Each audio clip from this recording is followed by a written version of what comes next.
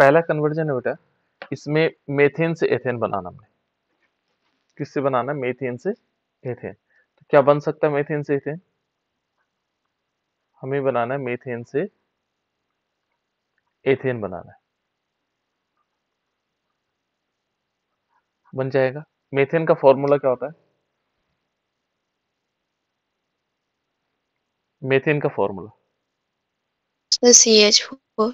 बिल्कुल, हमें CH4 से लेकर के और हमें बनाना है क्या?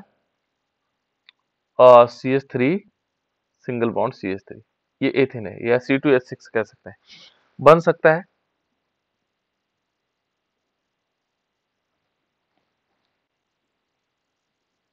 कोई बताएगा बन सकता है या नहीं बन सकता है?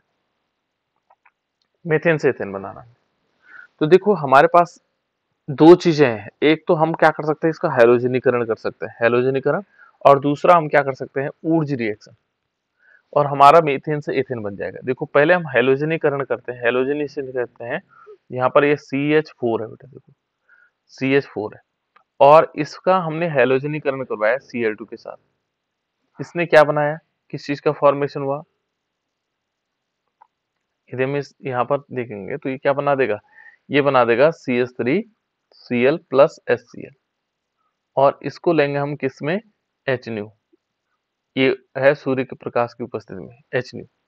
जैसे ये क्या होगा, मीथेन से एथेन बन जाएगा, सॉरी, मीथेन से हमारे पास एथिल क्लोराइड बनेगा, और इस एथिल क्लोराइड को देखो ऊर्ज रिएक्शन याद है हमें, CH3Cl plus 2Na plus CH3Cl, और in the presence of sodium oblique ether,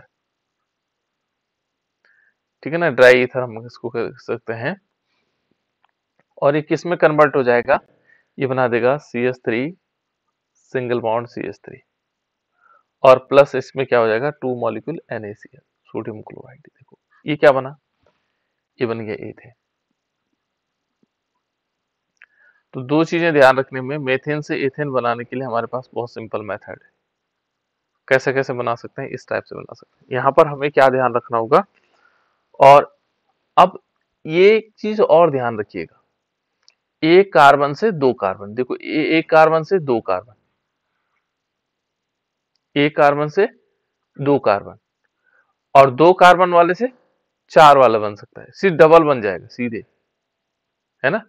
दो से तीन भी बन सकता है ना, दो कार्बन से तीन कार्बन भी बन सकता है। तो इस प्रकार से हम बना सकते हैं। कैसे? अलग अलग मेथड से हैं। देखो अब एक कार्बन से हमने दो कार्बन वाले बना दिए, अब दो कार्बन से चार वाले बना रहे, तो दो कार्बन से चार वाले कैसे बन जाएंगे, हम लेंगे, मान लीजिए हमने एथेन लिया CH3, ये दूसरा मेथड से, यहाँ पर दूसरा ले लेते हैं, है ना, दूसरा मेथड से हो सकता है। यहाँ पर हम क्या लेंगे, एथेन, यानी कि CH3 ये ले ली हमने, एथेन ले लिया। फिर इसका हाइड्रोजनेशन करवाओ Cl2 के साथ, तो ये क्या बना देगा, देखो HNu, ठीक है ना, क्या बना देगा, CH3CH2Cl, ethyl chloride plus HCl। अब हमने क्या करना है, फिर ऊर्ज रिएक्शन, ऊर्ज रिएक्शन इसमें क्या आएगी, दोनों के साथ, देखो CH3Cl प्लस 2Na और प्लस CH3CH2Cl, ये कन्वर्जन है बेटा। देखो अब क्या बनेगा, वही सोडियम ओब्लिक ड्राई ईथर लेंगे, ठीक है ना, और ये किस में कन्वर्ट हो जाएगा, CH3CH2CH2CH3 और प्लस 2 मॉलिक्यूल NaCl, इसका नाम क्या है, ब्यूटेन। तो देखो एथेन से ब्यूटेन, प्रोपेन भी बना सकते हैं हम, प्रोपेन बन सकता है या नहीं बन सकता है, प्रोपेन बनेगा या नहीं बनेगा, इसमें प्रोपेन बनेगा या नहीं बनेगा, बन जाएगा। हम क्या करेंगे, यहां पर क्या करेंगे, जब ये बना देंगे तो इस वाली जगह पर हम CH3Cl लेंगे, ऐसे भी ले सकते हैं, एक तो लेंगे C2H5Cl और एक CH3Cl, तब भी प्रोपेन बन जाएगा। तो ये मेथड है कन्वर्जन का, ठीक है। ये आ गया, एक कार्बन से दो कार्बन बनाने हो पहले हेलोजनेशन, फिर क्या कराएंगे, ऊर्ज रिएक्शन। ऊर्ज रिएक्शन आपको पता है, ठीक है ना, ऊर्ज रिएक्शन हम आसानी से कर सकते हैं। तो ये है एक कार्बन से दो कार्बन वाले बनाने के लिए, ठीक है। और कन्वर्जन देखते हैं, कुछ कन्वर्जन और भी है।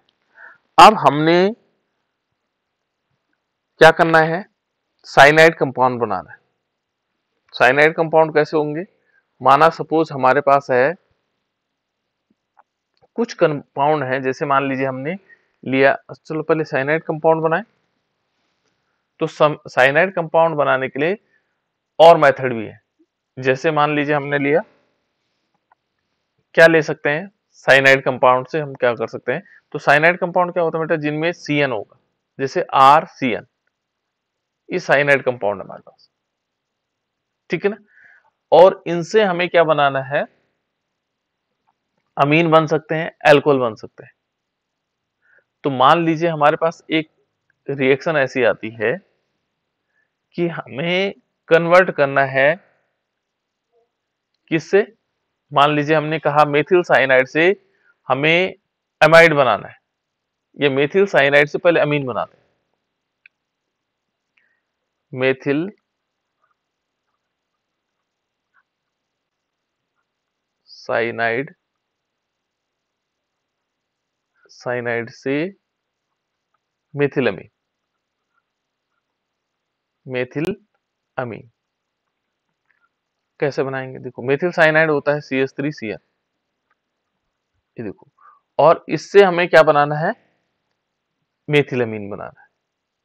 मेथिल तो नहीं बनेगा, इससे एथिल बनेगा बेटा, मेथिल तो नहीं बनेगा, यहां बनेगा एथिल अमीन।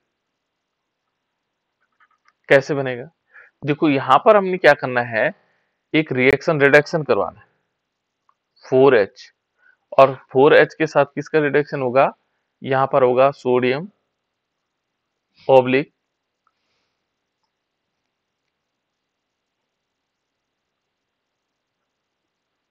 C2H5OH, है ना। और इसके प्रेजेंस में होगा तो दो हाइड्रोजन यहां जुड़ेंगे और दो हाइड्रोजन जुड़ेंगे, ये बन जाएगा CH3CH2NH2। देखो क्या बना, मेथिल साइनाइड से एथिल अमीन बन गया, ठीक है ना। अब अमीन से हमें एल्कोहल बनाना, ये अमीन से एल्कोहल, तो अमीन से एल्कोहल कैसे बनेगा, ये तो सिंपल हमारे पास मेथिल साइनाइड से हमने बनाया, एथिल अमीन बनाया। दूसरा वाला कन्वर्जन करते हैं, ये आप लोग बताओ मुझे, कि मान लीजिए हमने मिथाइल साइनाइड लिया, मिथाइल साइनाइड, ठीक है ना, माना हमने मिथाइल साइनाइड लिया, और इससे हमें क्या बनाना है, इथाइल एल्कोहल बनाना, methyl cyanide to ethyl alcohol, बन सकता है बेटा, कौन बताएगा, मिथाइल साइनाइड से इथाइल एल्कोहल।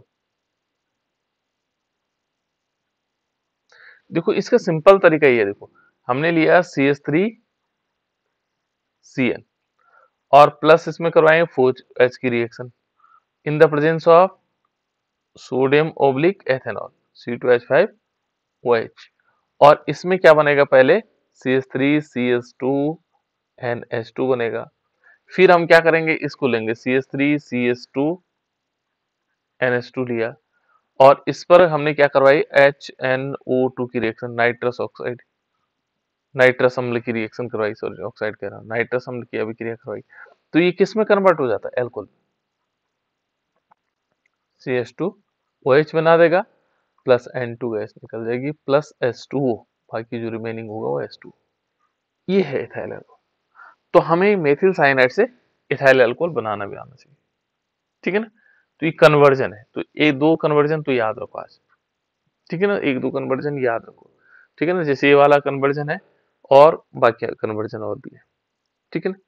तो अब उसके बाद एक दो मैं वो बता दे रहा हूं आपको, एक कन्वर्जन हम करेंगे बार बार, ठीक है। दूसरा कुछ रिएक्शन है बेटा, जैसे विलियमसन सिंथेसिस, कितने लोगों को पता, विलियमसन सिंथेसिस, विलियमसन सिंथेसिस, बताओ बेटा विलियमसन। सर RX हाँ RX प्लस RONA, सर ये आर, बना दी हाँ RONA, हाँ और ये बनाएगा सर ROR प्लस NaX। हाँ, RONA प्लस, नहीं सर, RX प्लस RONA। चलो ठीक है, RX प्लस RONE, RONA। हाँ, ये बनाएगा ROR ROR और NaX। NaX। इसका मतलब क्या हुआ बेटा? ये तो जनरल रिएक्शन है ना, इसका मतलब बताओ कैसे कैसे होगा। सर आगे एल्किल हैलाइड लेंगे सर, हाँ CH3। हाँ, माना हमने CH3 Br ले लिया, चलो ये ठीक है, CH3 Br ले लिया। हाँ, और यहाँ पे सर CH3ONA लेंगे। इसका नाम क्या होगा? ये होगा मेथॉक्साइड। ये एल्कोक्साइड है ना, इसको क्या बोलेंगे? मेथॉक्साइड। इसका नाम है मेथिल ब्रोमाइड, है ना। मेथिल ब्रोमाइड मेथॉक्साइड के साथ अभिक्रिया करेगा और क्या बना देगा? किस चीज का फॉर्मेशन किया है इसने?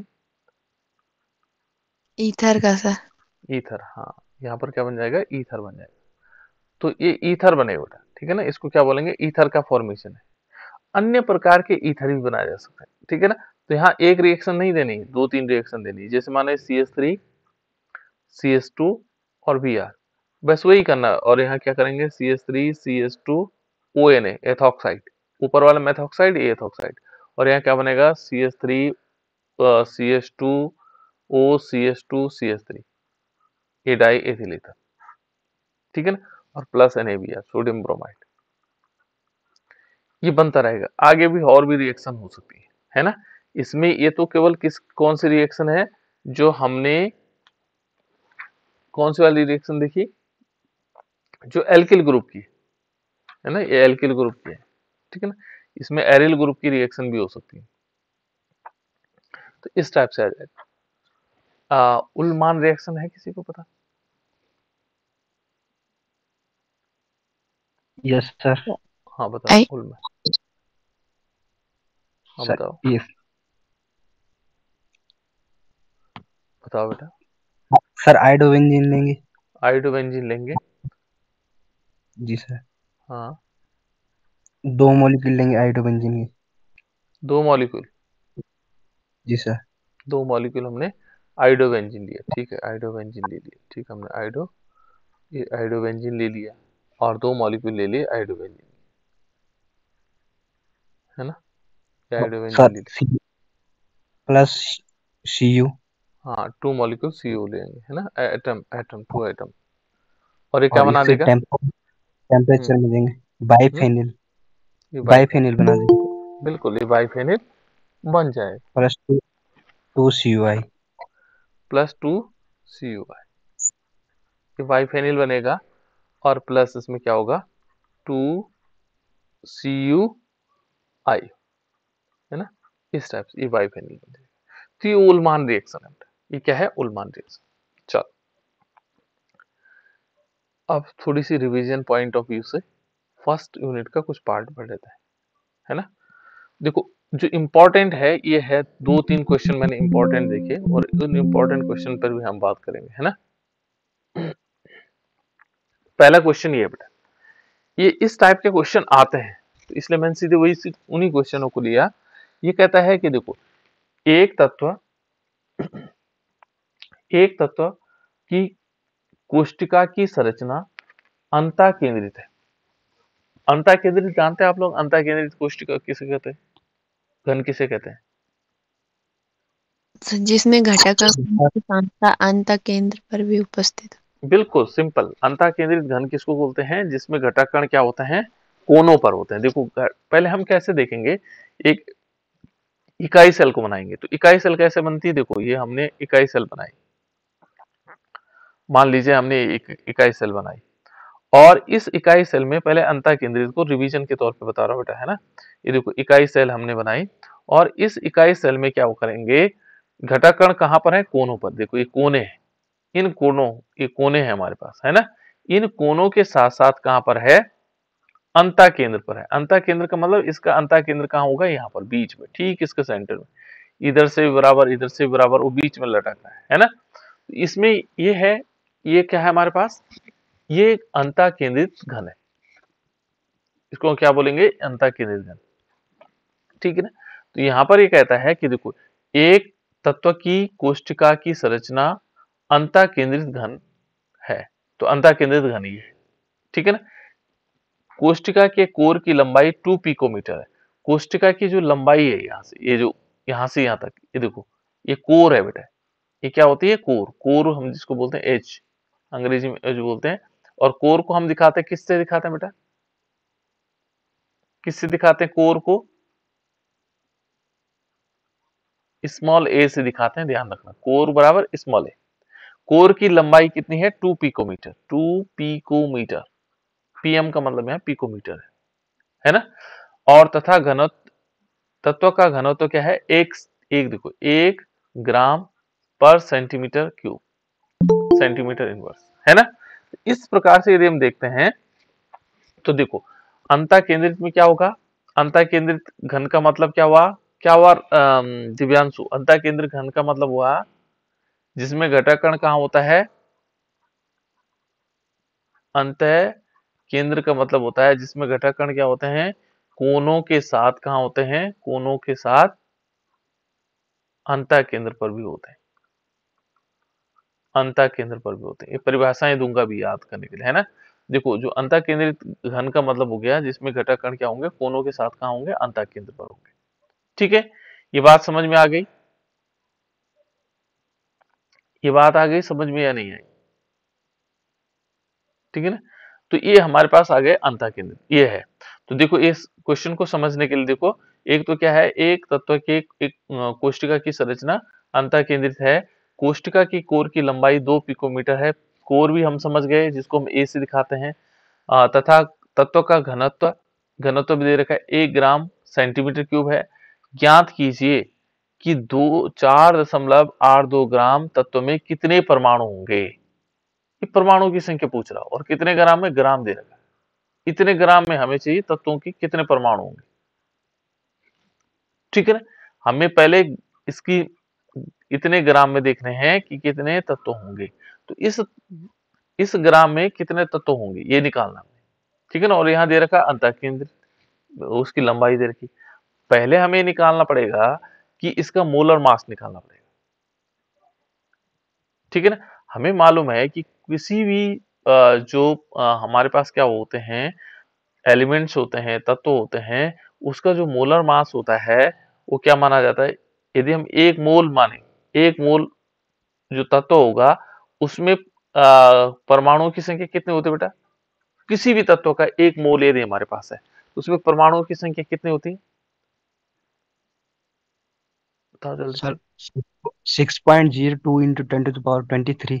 बिल्कुल, इंटू 10 टू द पावर 23। 6 दशमलव, कोई भी पदार्थ हमारे पास यदि 1 मोल है तो उसमें परमाणुओं की संख्या कितनी होती है? 6.023 गुणा के 10 की घात 23। कोई भी परमाणु है हमारे पास, मान लीजिए हमारे पास, मैंने कहा सोडियम परमाणु है, और इस सोडियम परमाणु का 1 मोल है। 1 मोल हमने कहा, 1 मोल सोडियम परमाणु है, तो इसमें परमाणुओं की संख्या कितनी होगी? 1 मोल है ना सोडियम परमाणु, इसमें परमाणुओं की संख्या कितनी होगी? 6.23 इंटू 10 टू द पावर 23। मैंने कहा एक मोल हमारे पास क्या है? ठीक है ना। मान लीजिए हमने कहा कैल्शियम है, तो उसमें परमाणुओं की संख्या कितनी होगी? 6.02 into 10 to the power minus नहीं 23। इतने परमाणु होंगे। कोई भी पदार्थ यदि हम लेते हैं और यदि हम उसका 1 मोल लेते हैं तो उसमें परमाणुओं की संख्या हमेशा क्या होगी? ये निश्चित होगी। ये एवोगाड्रो नंबर है। ये क्या है बेटा? क्या है ये? एवोगाड्रो नंबर, एन इसे डिनोट करते हैं। क्या है ये? Avogadro number. ये याद रखना। तो हमारे पास देखो, इतने यदि क्या है, देखो अब हमें इतने ग्राम में निकालनी है। 1 मोल में तो इतना आता है, तो पहले हमें क्या निकालना पड़ेगा? मोलर मास निकालना पड़ेगा। उस जो कोष्टिका है जिससे वो बना हुआ है, वो पदार्थ का हमें मोलर मास निकालना पड़ेगा। तो उसके लिए हमारे पास एक फॉर्मूला है बेटा। क्या फॉर्मूला था? घनत्व बराबर, क्या होता है घनत्व बराबर? बोलो। Z इंटू एम अपॉन क्या होता था? ए क्यूब एक इंटू, ए हाँ क्यूब इंटू फिर Na। बिल्कुल राइट।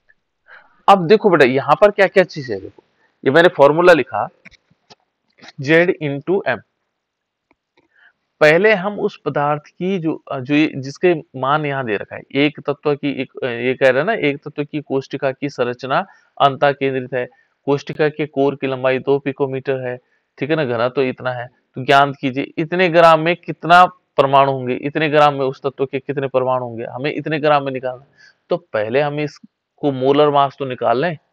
जब ये मोलर मास हमारे पास आ जाएगा, एम आ जाएगा, ठीक है ना, देखो मोलर मास का मतलब परमाणु द्रव्यमान आएगा।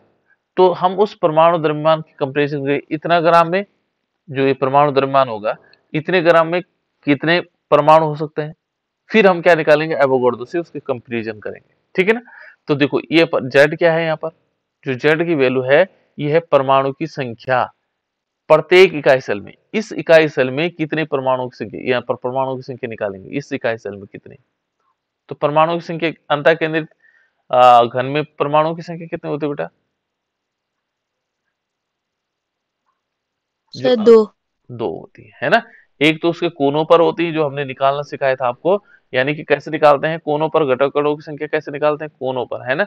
तो कोनों पर हम कैसे निकालते हैं, 8 इंटू 1/8, क्योंकि 8 है और इस 8 का 1/8 हिस्सा इसके आता है, तो यानी कि 1 आता है। फिर हम क्या निकालते हैं अंतः केंद्र पर, तो अंतः केंद्र पर जितने हैं, अंतः केंद्र पर जितने हैं वो उतने रहेंगे, यानी कि 1 है तो 1, टोटल मिलाकर कितने हो गए 2। तो यहाँ पर हम क्या करेंगे, परमाणु की संख्या हमारे पास आ जाएगी 2, यानी कि जेड की वैल्यू कितनी आ गई हमारे पास, जेड की वैल्यू कितनी आ गई बेटा,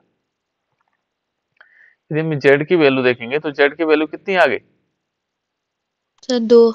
बिल्कुल जेड की वैल्यू हमारे पास 2 आ गई, है ना। रो बराबर रो यहाँ पर आएगा, rho is equal to Z into M, और अपॉन क्या आएगा, ए क्यूब।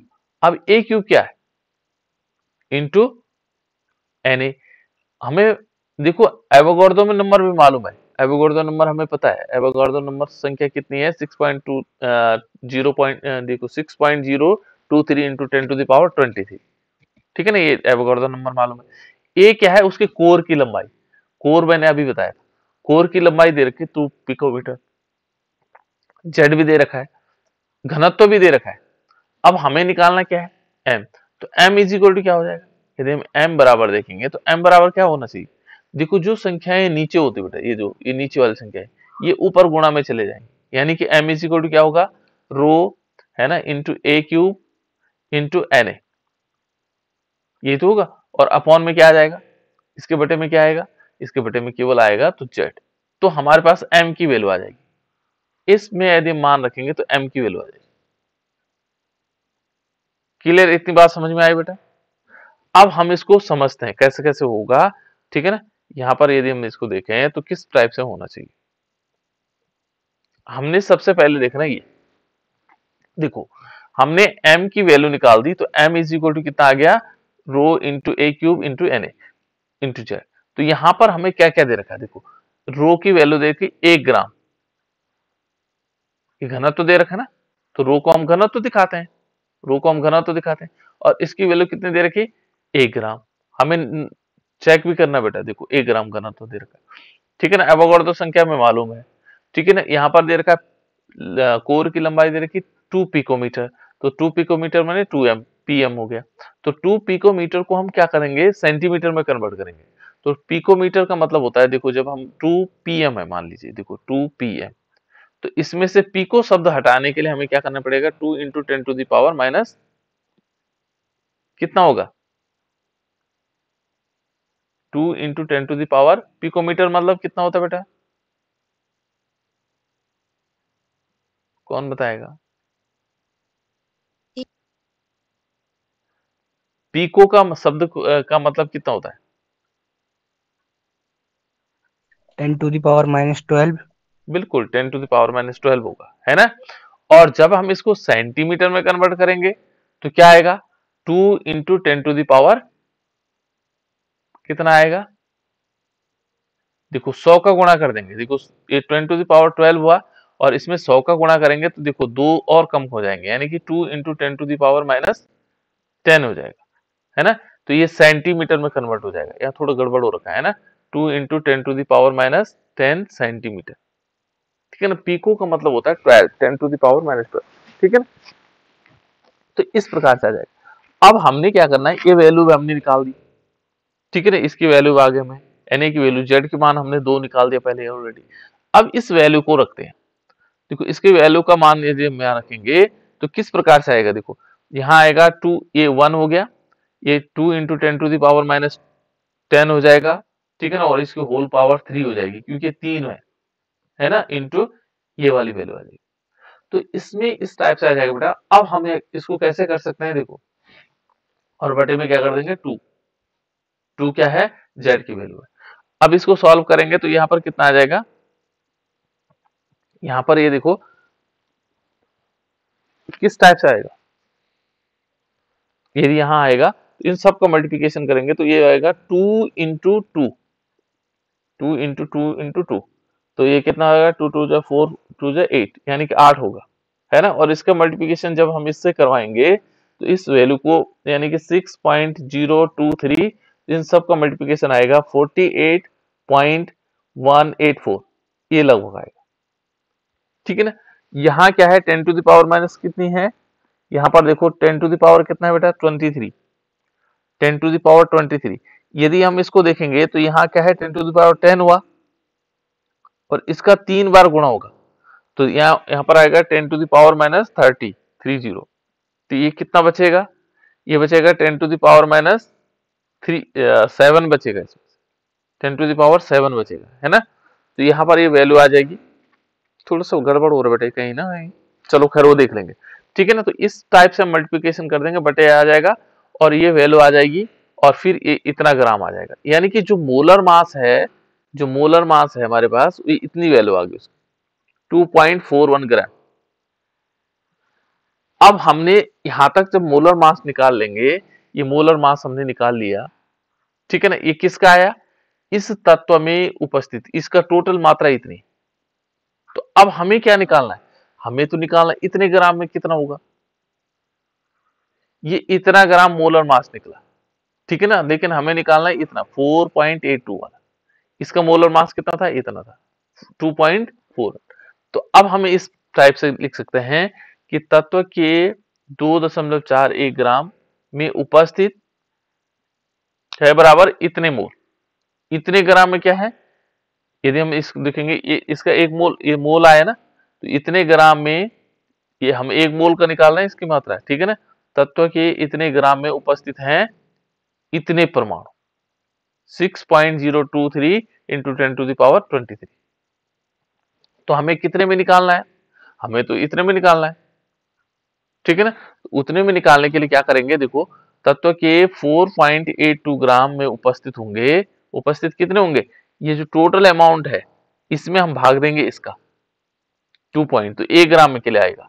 यदि हम 6.023 into 10 to the power 23 divided by 2.41 का भाग देंगे तो ये क्या आएगा, ये आएगा 1 ग्राम के लिए, ये वैल्यू क्या आएगी, 1 ग्राम के लिए में उपस्थित परमाणुओं की संख्या। तो 1 ग्राम में उपस्थित परमाणुओं की संख्या इतनी आ जाएगी, लेकिन हमें चाहिए 4.82, तो 4.82 का गुणा कर देंगे, ठीक है ना।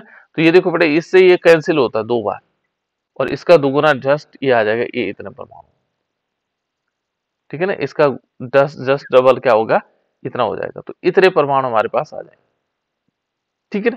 तो ये एक तरीका है, इसमें हो सकता है कहीं मिस्टेक होगी, न्यूमेरिकल मिस्टेक हो सकती है, तो उसको हमें ध्यान नहीं रखना है, हमें इसको समझना है कैसे कैसे होना है, ठीक है। अब नेक्स्ट क्वेश्चन देखो, तो इसको करने की कोशिश करो, जो दूसरा वाला क्वेश्चन है। अच्छा ये तो सीधे आ गया,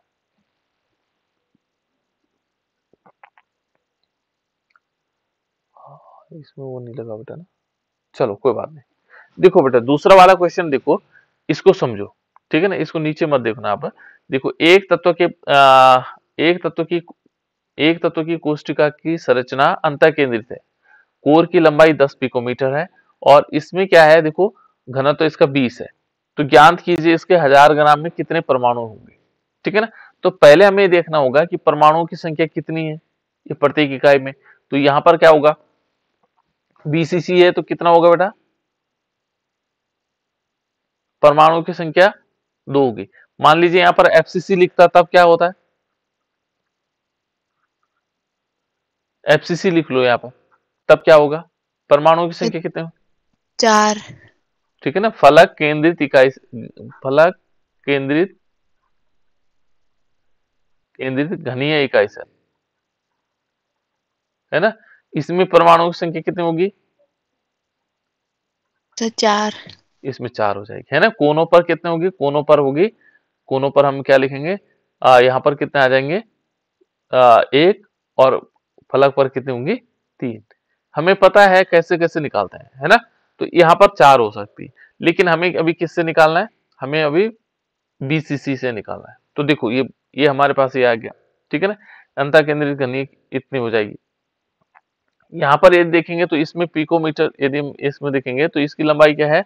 10 पिकोमीटर है, ठीक है ना। घनत्व तो कितना है? 20 है। तो इसमें 1000 ग्राम में हमने कितने परमाणु होंगे? तो 1000 ग्राम में निकालना हमने, ठीक है ना। तो 1000 ग्राम में निकाली, कैसे कैसे निकाल सकते हैं?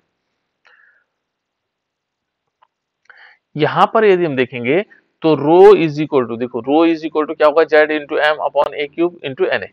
ये क्वेश्चन आता है बेटा, इसलिए मैंने इसको अलग अलग टाइप से बनाया है ना। इस प्रकार से कर सकते हैं। चलो इस 1 मिनट है, इसको करो आप लोग, इसको, ये क्वेश्चन है आप लोगों के पास। ये गलत कर रखा नीचे है, इसको मत ध्यान मत देना। ये वाला हमने उसी मेथड से करना जैसे हमने अभी निकाला।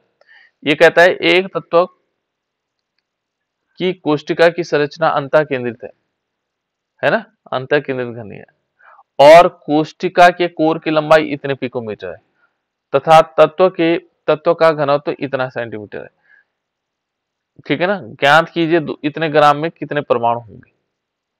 निकालो तो इसमें,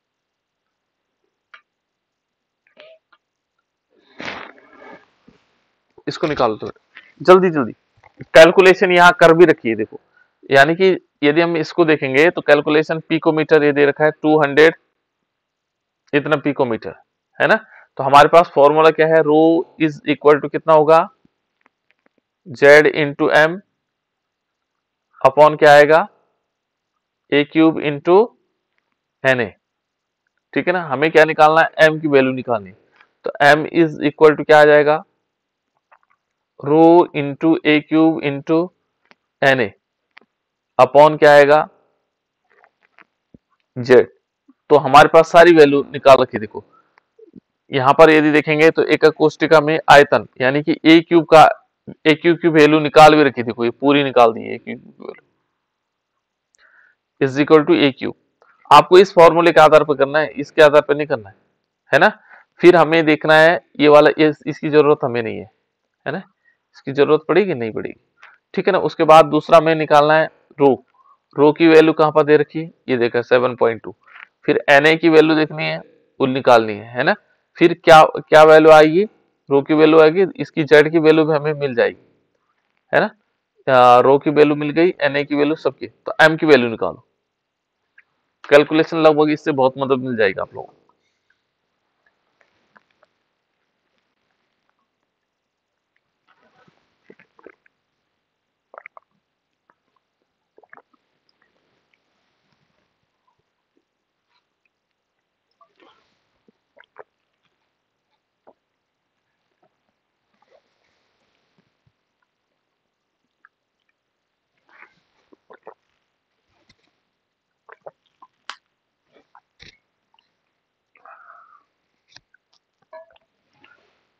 इस क्वेश्चन को करना बेटा, क्योंकि ये बोर्ड परीक्षाओं में आएंगे।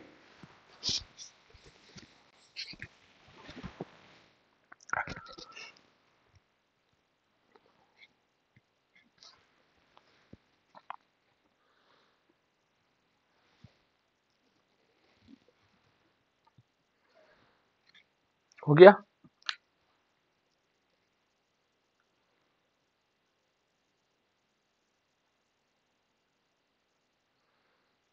ये मैंने बुक का क्वेश्चन लिया हुआ है।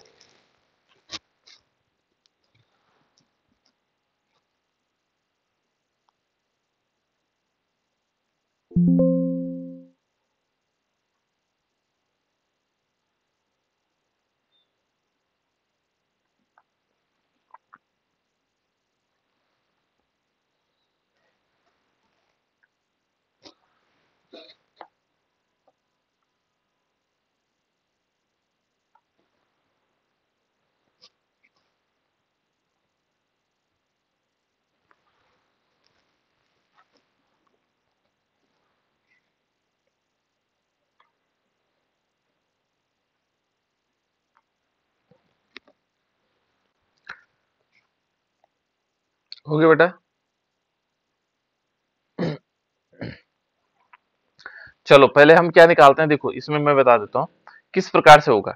एक तत्व के अंतर केंद्रित, यहाँ पर हमें पता है क्या क्या चीजें चाहिए हमें, तो हम फॉर्मूले को देखते हैं पहले। रो इज इक्वल टू क्या हो जाएगा, यदि हम इस फॉर्मूले में देखेंगे तो रो बराबर क्या होगा, रो की जो वैल्यू होगी बेटा वो कितनी है, रो इज इक्वल टू होगा z into M upon A cube into N A. ठीक है ना। इसमें क्या क्या चीजें वैल्यू दे रखी है, हमें ज्ञात करना है ये वाला। देखो क्योंकि हम इतने ग्राम इसके मोलर मास निकाल लेंगे, मोलर मास तो नहीं, परमाणु द्रव्यमान निकाल लेंगे, है ना। तो इस इकाई सेल का परमाणु द्रव्यमान निकाल लेंगे तो हमें पता लग जाएगा कि उस परमाणु द्रव्यमान में इतने में क्या होगा, इतने की जो वैल्यू होगी ये 1 मोल का आएगा, है ना। तो हमें पता लग जाएगा, तो हमें उसके आधार पर इसका निकालना होगा 2.8। तो पहले हम इसका निकाल तो लें कौन सा वाला, परमाणु द्रव्यमान। तो परमाणु द्रव्यमान निकालने के लिए हम m की वैल्यू निकालेंगे। तो m इज इक्वल टू बाकी चीजें हमें दे रखी है, ठीक है ना, रो इंटू देखो a cube into N A, ठीक है ना, और अपॉन क्या आ जाएगा z। ये सारी वैल्यू है। यहाँ पर यदि हम इसकी वैल्यू देखेंगे, घनत्व देखेंगे तो कितना आएगा 7.2 ग्राम, और ये आएगा सेंटीमीटर क्यूब, ठीक है ना। उसके बाद हमें ए भी दे रखी है, ए की वैल्यू कितनी दे रखी है 288 पीएम। पीएम को यदि हम कन्वर्ट करेंगे तो पी को हटा देते हैं, तो पी को हटाने पर हमें 10⁻⁻12 करना पड़ेगा, है ना। लेकिन अभी हवा ये मीटर में, हमें चाहिए सेंटीमीटर में, तो मीटर को सेंटीमीटर में बदलने के लिए क्या करते हैं 100 का गुणा करते हैं बेटा। कितने गुणा करते हैं 100 का, तो ये कितना आ जाएगा 288 हो जाएगा। और इंटू देखो अब 100 का गुणा करेंगे तो माइनस की पावर घट जाएगी, 10⁻⁻ कितना हो जाएगा 10 हो जाएगा, है ना। और अब क्या हो गया सेंटीमीटर में कन्वर्ट हो गया, है ना। तो ये ए की वैल्यू हमारे पास आ गई, ठीक है ना। उसके बाद देखो एन ए की वैल्यू हमें मालूम है, एवोगाड्रो संख्या 0.23 इंटू 10⁻⁻ कितना है, माइनस नहीं सॉरी 23 है, ठीक है ना। और जेड की वैल्यू यदि हम निकालेंगे तो जेड की वैल्यू क्योंकि बीसीसी है, अंतर केंद्रित घनीय है, तो बीसीसी के लिए 2 होगी। क्लियर, इतनी बात आ गई। अब हम सीधे फॉर्मूले इसमें रख लेते हैं। देखो यहाँ पर m इज इक्वल टू क्या होगा, रो की वैल्यू कितनी है, यानी कि जो हमारे पास घनत्व है वो है 7.2 इंटू देखो a की वैल्यू कितनी है, a की वैल्यू है 288 गुणा गया 10⁻⁻10, और इसकी घात कितनी हो जाएगी 3, देखो इस 3 हो जाएगा। और यहाँ पर Na इंटू Na का मतलब हो जाएगा यहाँ पर 6.023 इंटू 10⁻23, और इसके होल के बटे में कितना आ जाएगा जेड कितना है, जेड की वैल्यू 2 है, ठीक है ना। तो इस जेड को हम पहले भी खत्म कर सकते हैं, ठीक है ना। देखो यदि हम जेड की वैल्यू पहले ही खत्म करना चाहें तो कर सकते हैं। कैसे, यहाँ पर भाग दे दो इसको, है ना। यदि हम 2 का भाग इसमें दे देंगे तो ये कितना आ जाएगा 36×72 यानी कि 3.6 आ जाएगा, ठीक है। बाकी मल्टीप्लिकेशन कर लो। तो मल्टीप्लिकेशन यदि हम इसका करके देखते हैं तो किस प्रकार से होगा, है ना, इसका मल्टीप्लाई करके देखते हैं। तो यहाँ पर हमारे पास जैसे 288 है ना, मल्टीप्लाई बाय 288 मल्टीप्लाई बाय 288, इस प्रकार से। तो ये कितना आ रहा है, यदि हम इसका मल्टीप्लिकेशन 3 बार करेंगे, क्योंकि 3 बार होना है, तो ये आ रहा है, मोबाइल से करके देख लिया मैंने, ये आया लगभग कितना आया 23887 ये वैल्यू लगभग आई अप्रोक्सीमेट, है ना, इतना है बेटा इसमें। अब हम क्या करेंगे, वहां पर 2.3 इस टाइप से था ये, है ना, 2.88 है शायद इस टाइप से, या 288 पिकोमीटर है, मुझे ध्यान नहीं आ रहा। यहाँ 2 पॉइंट समथिंग जो भी होगा हमें नहीं मालूम है इसका, है ना। तो ये इतनी वैल्यू आई। यहाँ पर देखो बेटा 10⁻3 है, देखो 10⁻−10 है, और इसकी पावर है 3, ये भी तो 3 में आएगा। तो इसका मतलब ये कितनी बार होगा 10 10 20 और 10 30, यानी कि 10⁻30 हो जाएगा।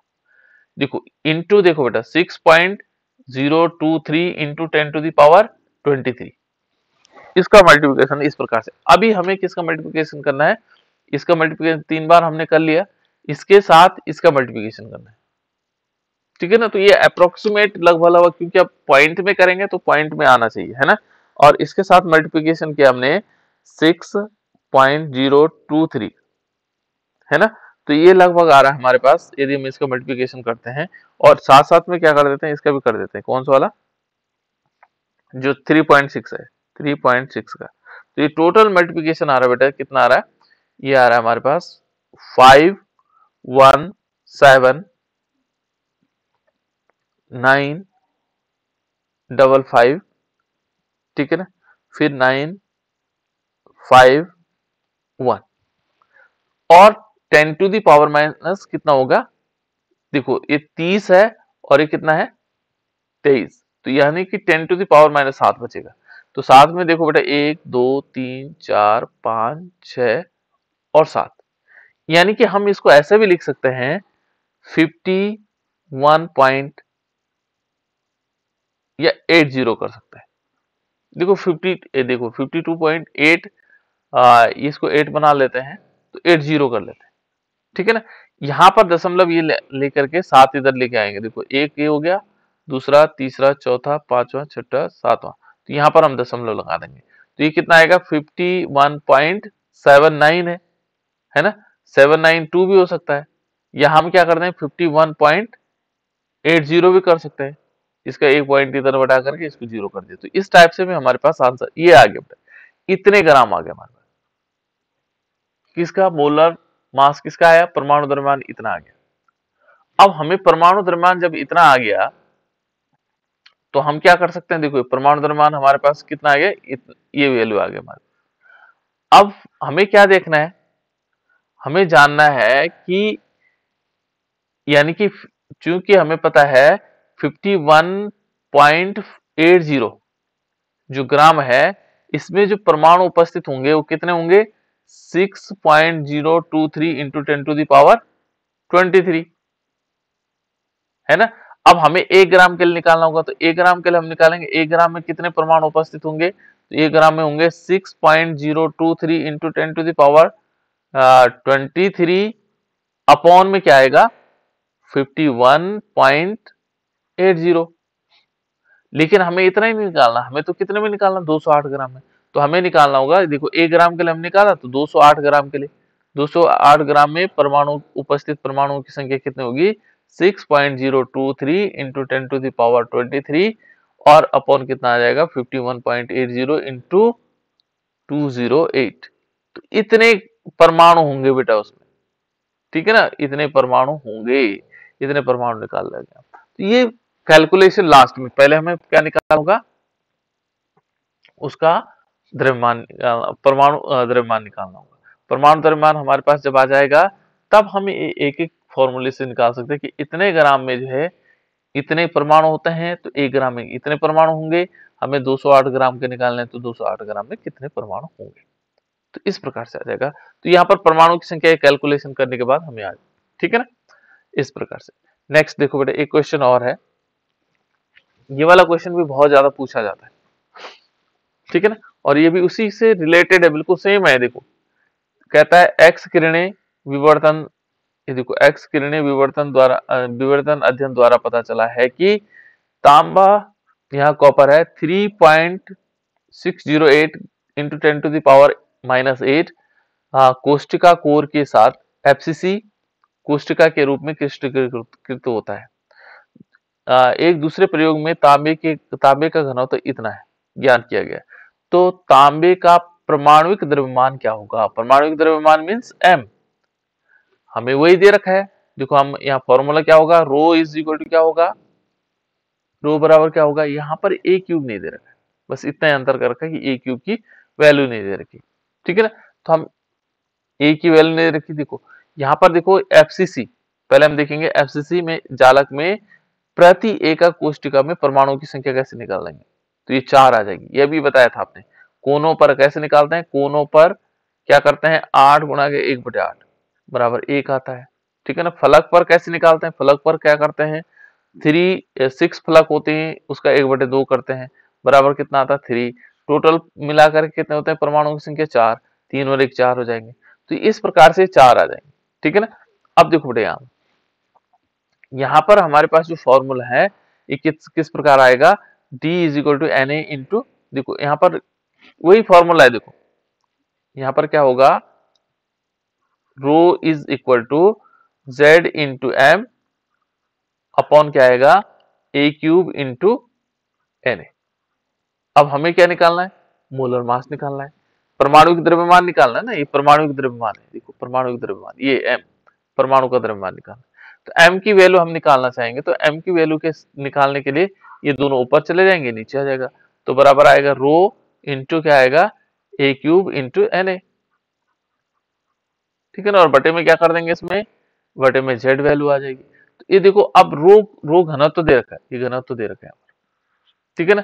देखो कोर के साथ, ये कोर है दे रखा है, तांबे की इतनी कोष्टिका कोर के साथ, यानी कि ए की वैल्यू दे रखी। देखो ए की वैल्यू कितनी दे रखी, रो हमारे पास दे रखा है कितना, 8.92 ग्राम पर सेंटीमीटर क्यूब, ठीक है ना। और दूसरा क्या दे रखा है बेटा, इसमें ए दे रखा है, ए की वैल्यू कितनी दे रखी, ए की वैल्यू दे रखी 3.608 इंटू 10⁻⁻8 है ना। और ये दे रखा है, तीसरा हमें एन ए मालूम है, एन ए भी मालूम है 6.023 इंटू 10⁻23 एवोगाड्रो नंबर है, ठीक है ना। उसके बाद ये देखो ये वैल्यू मालूम है, ये वैल्यू मालूम है, ये भी मालूम हो गई, ये तो है ही कल जेड तो हमने निकाल चुका है, जेड इज इक्वल टू कितना आ गया 4, ठीक है ना।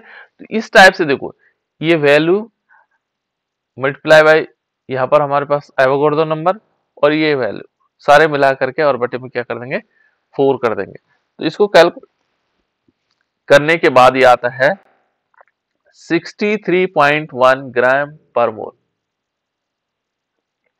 कैलकुलेट करने का तांबे का परमाणु द्रव्यमान इतना यू के फॉर्म में भी लिखते बेटे, है ना। तो इस प्रकार से हम क्या निकाल सकते हैं, परमाणु द्रव्यमान निकाल सकते हैं, बहुत आसान है। लेकिन थोड़ी सी कैलकुलेशन में दिक्कत हो सकती है बेटा इसमें, है ना। हमें क्या हो सकता है, कैलकुलेशन में दिक्कत हो सकती है। तो इस टाइप के बहुत सारे क्वेश्चन मैं आप लोगों के लिए इसमें बनाऊं, ठीक है ना। मैंने इसलिए जल्दी जल्दी कोशिश